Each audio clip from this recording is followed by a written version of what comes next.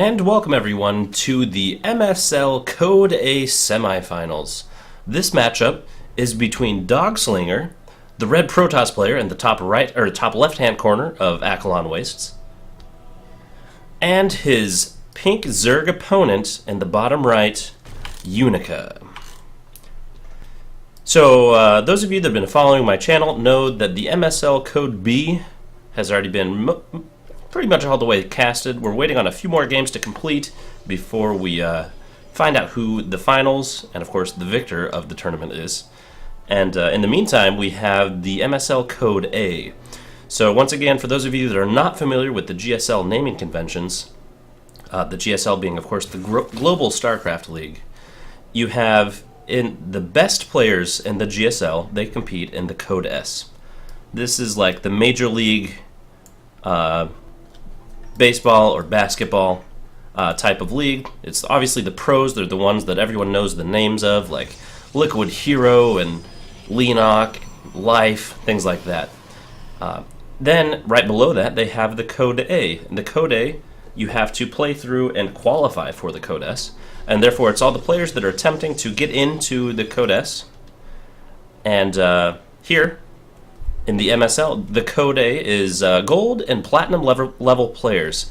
So these players are definitely aware of how the game is supposed to be played. They have made their way up through all of the ranks in Starcraft. Also, for those that don't know, Starcraft, you rank in 1 versus 1 games. And when you do that, you get, obviously, you get placed according to your skill level. And there are, I think, 7 different leagues. You have Bronze, Silver, Gold, Platinum, Diamond, Masters, and Grandmasters. So once you get into the Platinum League, you are technically and statistically better than 60% of people that play StarCraft. Or at least you were in Wings of Liberty. I think in this case, I think it's been changed a little bit. Either way, we're going to see some excellent play here, and exciting for me, this is actually the highest level play that I've yet casted, which I know sounds astonishing, but both of the tournaments that I've done so far have been Silver and Bronze League level, so really excited to watch some, maybe games with a little bit more action. So, once again, this is ocnLogan Wastes. It's a map all of you should know and love. It's very similar to ocnLogan Flats, which was found in Wings of Liberty. Once again, Pride Rock being the biggest difference here. We see a very standard opening out of both of these players. We see DogSlinger going for Gate, Cyber, 1 gas. He's actually forfeited that 2nd gas, which you'd usually see somewhere around the 21 mark, somewhere around there. So he's not going to be teching super fast. On the other hand, it's very rare to see anyone actually going for 1 base Protoss. And then we have back here his Zerg opponent starting speed at a good time, throwing down a spine crawler a little bit early actually, for some protection against any sort of aggression or tomfoolery that DogSlinger could go with. We do have DogSlinger checking around for overlords. In fact, usually you see that scouting pattern done by other players against Protoss. We have the wall here, not actually completed. The Zealot had 1 job, he did not do it. The Zerglings do get in. They're able to get a full and complete scout off. They do see the additional gateways going down. They're not going to be able to get much, if any, damage done. However, scouting damage is more than enough. We do have 2 more links coming in, which is going to be a little bit embarrassing. They, however, should retreat, knowing that they won't be able to get near as much done as they would like. We do see a Roach Warren going down from Unica after seeing the additional gateways that DogSlinger had put down. This is going to be a 3-gate. 3-gate is not as aggressive as the once extremely popular 4-gate. However, 3 gateways worth of units, especially with the proxy pylon, can do extreme amounts of damage. Checking out the army sizes, we do see that DogSlinger has a huge advantage in terms of army, and in response to that, Unica is throwing down large numbers of spine crawlers in order to stay safe. However, it looks like they will not quite complete before these forces get here, wisely taking out the creep, as the creep will give the Zerg player a huge advantage. And actually, with the number of queens that we have out, where did that other one go? They're both brought down here early in the game. Surprised we don't see a little bit more creep spread. That's irrelevant. Also, Unica has been supply blocked. There was an Overlord that was sniped. That's going to hamper him quite a bit, and as you see that happening, that's when you see a lot more of these spine crawlers go down. So, we do have a proxy pylon. We do have some warp-ins beginning to happen.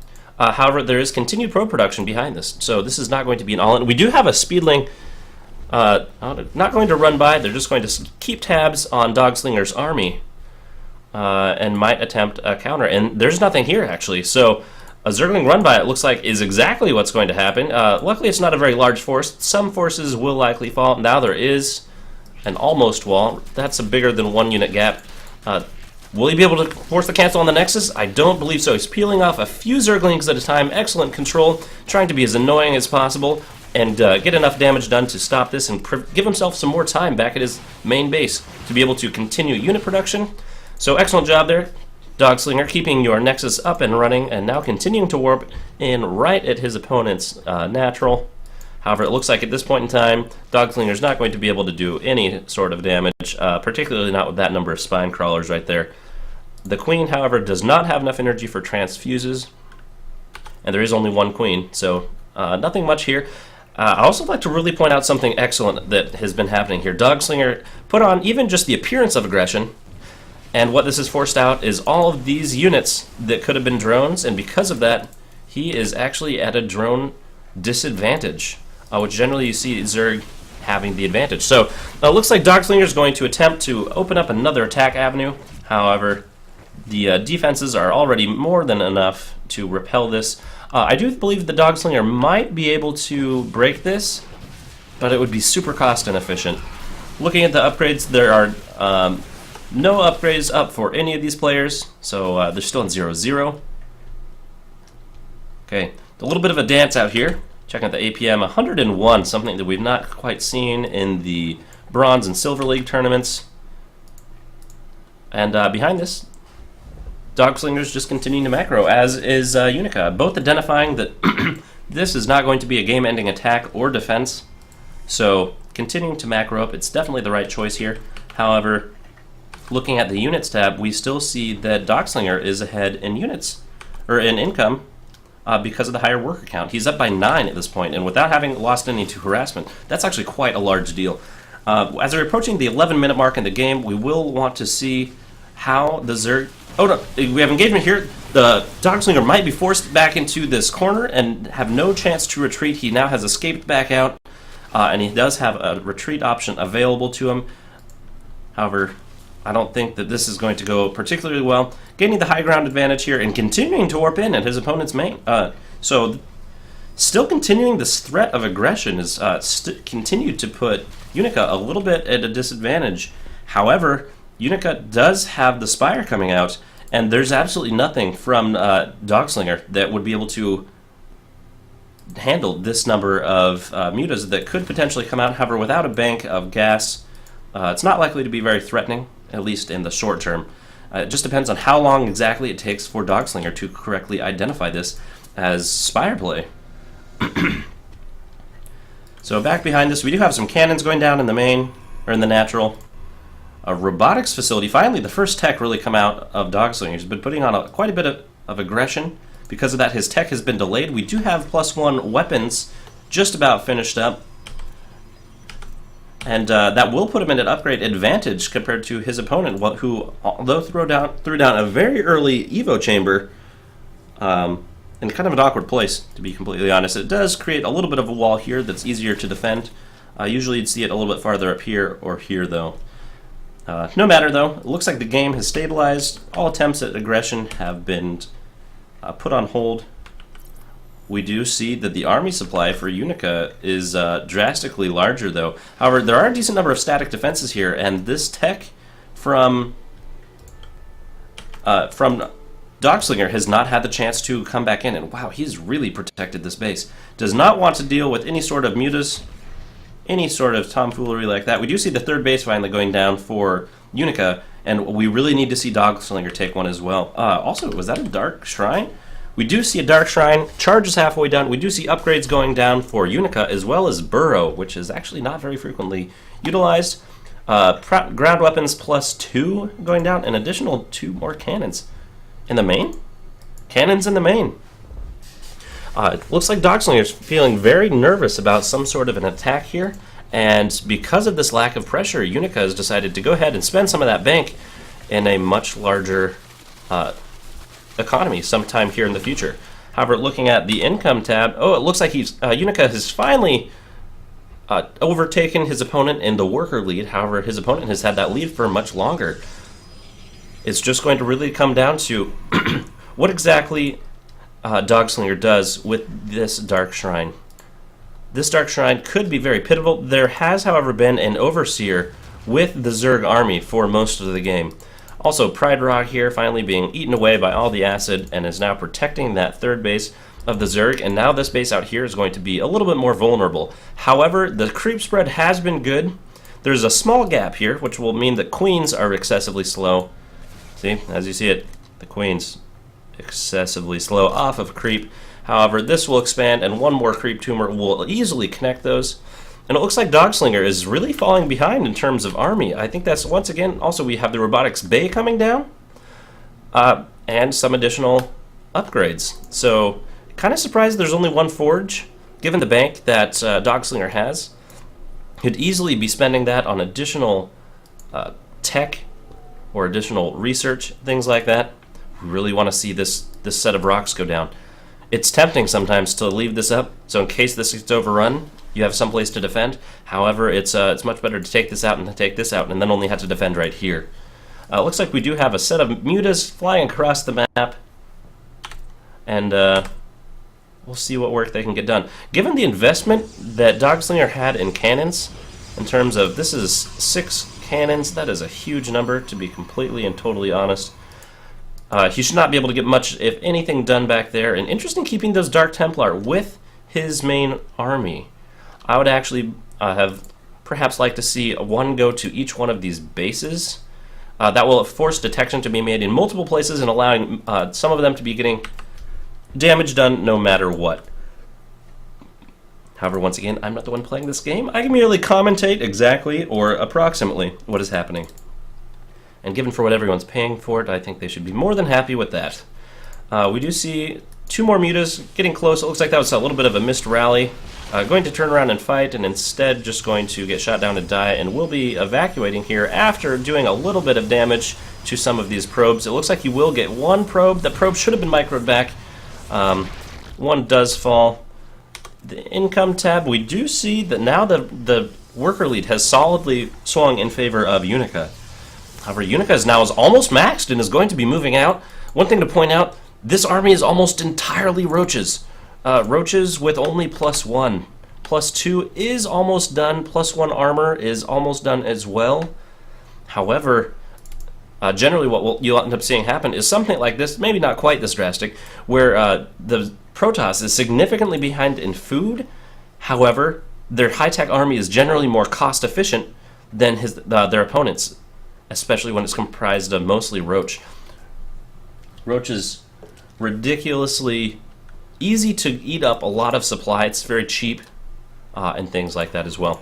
So we do have a 4th base going down. This is a little bit gutsy from DogSlinger. However, remember, it's a little bit easier now to defend those bases if you have that Mother Shore.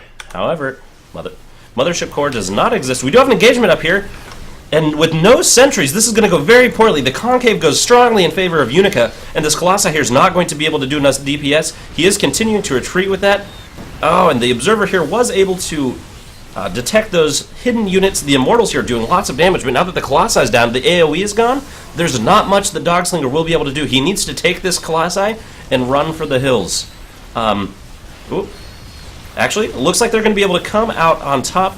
Remember, those 4 DTs, I've mentioned this before in a couple of the other games, having just a smattering of DTs in your main composition can actually be very confusing for your opponent, particularly if they are not expecting it. I don't believe at this point in time that Unica knows that Dark Templar are on the map, and might simply feel that he lost that engagement because of some sort of an upgrade advantage. Because remember, to check your opponent's upgrades, you have to click on your opponent's unit and manually go down here and look at exactly what their stats are. So it takes quite a bit of micro, can be quite taxing to do. It looks like both of those players there spending quite a bit of APM in that engagement. It's always something exciting to see. The control overall was fairly well, and it looks like I would not actually say that either of these players got a huge advantage there. And now, Unica does indeed know that there are Dark Templar, and remember, Dark Templar are generally only considered to be extremely good when they are undetected. Invisible ninjas, much better when they're not visible ninjas. So the Dark Templar here in the next engagement will not be able to do near as much based on the number of overseers around the map. And really, this army from Unica is high-tech and worth quite a bit, but is extremely fragile. The only unit here with any staying power at all is the Immortal, aptly named, and it looks like they're going to be engaging in this choke point, and the Roaches are going to be able to get up close and personal on these Colossi, and the Colossi number 1 will go down. He needs to control the Colossi independently. Instead, the entire army moving. And the Colossi is going to go down, and it looks like there's no way that these DTs will be able to clean all of this up at this point in the game. Also, the Viper here is going to be quite important here in the future. I neglected to see this file on here for reinforcements. I apologize about that. These Vipers are so important.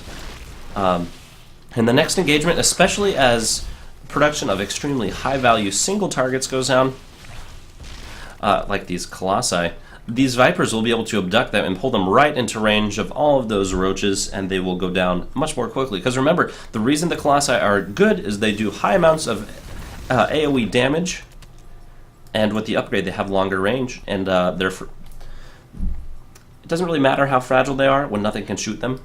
However, with this number of Corruptors, and then the Vikings, or not the Vikings, those are Vipers, not Vikings. Looks like the Corruptors circling around are going to attempt to take some pot shots off on these Colossi, and in fact they are going to be able to. Takes down the shields, but neither player really wanting to commit to an engagement. We do see continued production of units out of both of these. We do see a Greater Spire coming up from Unica, and we'll be interested to see where he goes with that. It'll most likely be Broodlord, of course. Just depends on how those would like to be used. Broodlords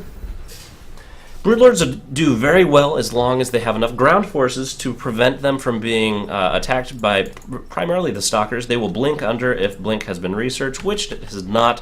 So the Broodlords here will be a little bit more powerful, knowing that there is no blink on the map right now. However, we've seen again and again how the smaller food Protoss army can frequently overcome that of a primarily Roach-based Zerg player. So both of these players continuing just to feel each other out, trying to get that good engagement. I like this choice here to send in small attack groups of Dark Templar. Are they gonna? They're just gonna start taking some swipes. They have revealed their presence. They get some damage done. This could be a really good flank. This Colossi here is going to be completely vulnerable. They're all on move command though. They do now notice it. They are going to run in. Not entirely sure what Unica. That was some pretty sloppy unit control, and there was a free Colossi there that was not taken. The Phoenixes are actually a really bad idea against Corruptors. Phoenixes fall pretty quick to Corruptors. Generally, most people would say the Corruptors are the counter to Phoenixes. If you have sufficient numbers, you can trade cost efficiently. However, without that, you generally just lose them because Corruptors do not have light armor, and they do pretty good damage. And they also have high armor. So a Phoenix, for those that don't know, let's take a look right here. They do bonus damage versus light, and they have 2 small attacks, which means armor does a lot more. So they do 3 damage per shot, so 6 damage per volley. Also, the Roach Burrow and Roach movement, while burrowed, has been researched and utilized. And it looks like Unica is going to attempt to take this expansion again and re-equalize this series. We do now see DogSlinger, in fact, having the advantage in terms of workers. He's continued to ring his base with many, many cannons. I'm really surprised not to see this rock down or this rock down at this point in the game. This just makes this base so hard to defend because there's no way to get your reinforcements there from your main base. So this is the 5th base for Unica. They are now both maxed. And I feel like at this point in time, now that DogSlinger has this high-tech army, look at the number of Immortals right there. I don't know if there's really anything that Unica will be able to do. Generally, I mean, so there are Ultras on the field. Ultras are very poor against Immortals. And the Corruptor count is decent. There's enough Phoenixes in the air that they will distract them at the very least, unless they're manually target fired. Whoever gets the Concave here could actually have the much better engagement. And the Phoenix is here sniping and doing as much as they can. We do have a big engagement going on. The Ultras in front doing huge damage, but the Immortals are going to be able to take out this primarily armor-based army very quickly. We do see the big line of units. All the Immortals do go, or the Colossi do go down, but the Immortals are able to simply power through on what actually appears to have happened. Unica overproduced in Corruptors. He saw Colossi and then immediately made a lot of them, and it was actually just a few too many. So once again, trying to take that base, not generally a good idea to expand to a base while your opponent's invisible ninjas are camping out in the general vicinity, or in this case, the exact vicinity. And once again, now things have kind of restabilized. However, in terms of units lost and resources lost, we do see that DogSlinger has been significantly more cost efficient. Once again, it's because of these high-tech units. And now, although Unica does have some more high-tech units in the mix, Broodlords are extremely slow. They're almost basically a static, building. Ooh, 1 Zealot and 2 Dark Templar. I actually really like that choice. Able to see exactly what's doing the damage, and they might not be detected for a while. Good cancel, not losing the hatchery in terms of money, or at least not losing 75% of it, because remember, when you cancel a building, you only get 75% of the money back. So starting it and canceling it does always cost you something. These Corruptors are basically empty food at this point in the game, and Ultras against this number of Immortals I think is actually the wrong choice. There should instead be a huge flood of Lings, as there's almost no Zealots and there's no Colossi, and there's actually been no Colossi production at this point in the game. So Unica really needs to correctly identify that his opponent has stopped producing Colossi based on the Corruptor count, and to produce something else instead. Look at how fast the Ultras go down. They do have +1 armor, but Immortals, let's pick one out, 65 damage to armored, and they only take 10 damage when they still have shields. So in this case, a whole bunch of small units would be vastly favorable to a whole bunch of smaller ones, or to a whole bunch of larger ones, or actually just a few larger ones. So more Broodlords on their way. We only have, actually we have no Broodlords. I swore I'd seen a number made and not get picked off. However, I am completely full of lies at this point. It looks like DogSlinger pretty much has this one in the bag as long as nothing crazy happens. I do want to see some additional units being made. He's got a huge bank and is not maxed. And why is that? Only DogSlinger knows. However, he does have a 50 food advantage, and remember, he was even winning battles while he was at a 50 food disadvantage. So 2 more Stargates coming up. No upgrades for them yet. We do have a Fleet Beacon, though. I wonder if he's going to be going Tempest. So Tempests are a new unit in Heart of the Swarm. They do excellent against units that are considered massive, like Broodlords. They do something like +40 damage or +30 damage to massive units, and they have a range of 15, so they outrange every single other unit in the game. The engagement here, once again, is going to be pretty one-sided. Still no detection from Unica, and I think because of that, he's going to be forced back these Broodlords. Note how fighting with Broodlords is kind of like fighting with buildings, and they're simply very easy to chase down and be shot down. So losing that base again, a good effort, and good thing here, hiding these drones. He will be able to expand very quickly. However, I feel like it's going to be a little bit difficult.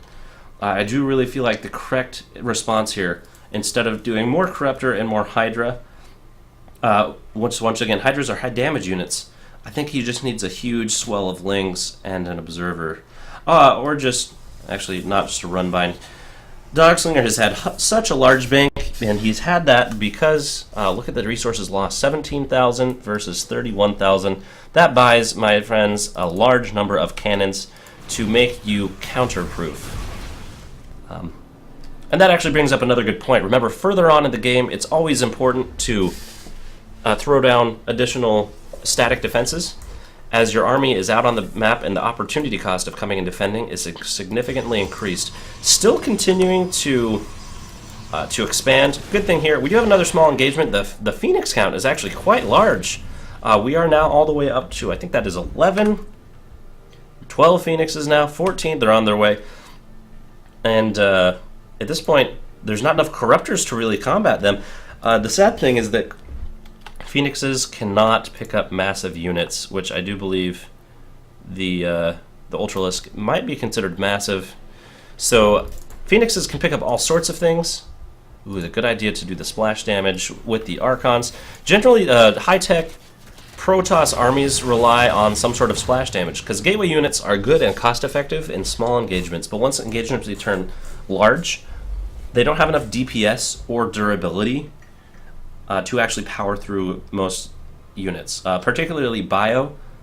Terran Bio can still remain cost-effective as long as the engagement has large enough area that they can all continue to participate.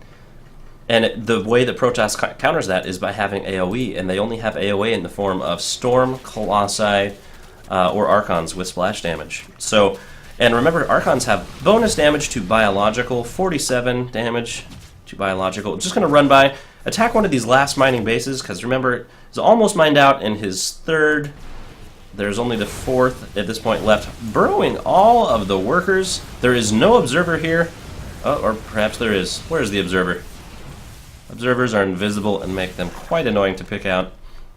However, if they were killed while burrowed, it's not because they were giant ugly lumps. Attacking into a choke here is actually going to be perfect for the Protoss army, and it looks like this is going to be the last engagement of the game. The Broodlords here are doing a decent amount of damage, but the Hydra is just not able to get up close and not able to do enough damage to these Immortals.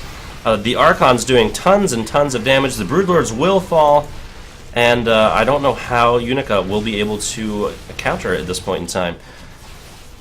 He is producing 6 more Hydras, but he's extremely broke and not mining very much at all. He does have 1 more base mining, but not enough workers to really use it. And it looks like DogSlinger is going to be able to find that 4th base, and Unica is going to say, you know what, this is not winnable at this point, so he's going to go ahead and GG and get ready for Game 2. So pay attention, everyone, and wait for the next game, which should be up here shortly.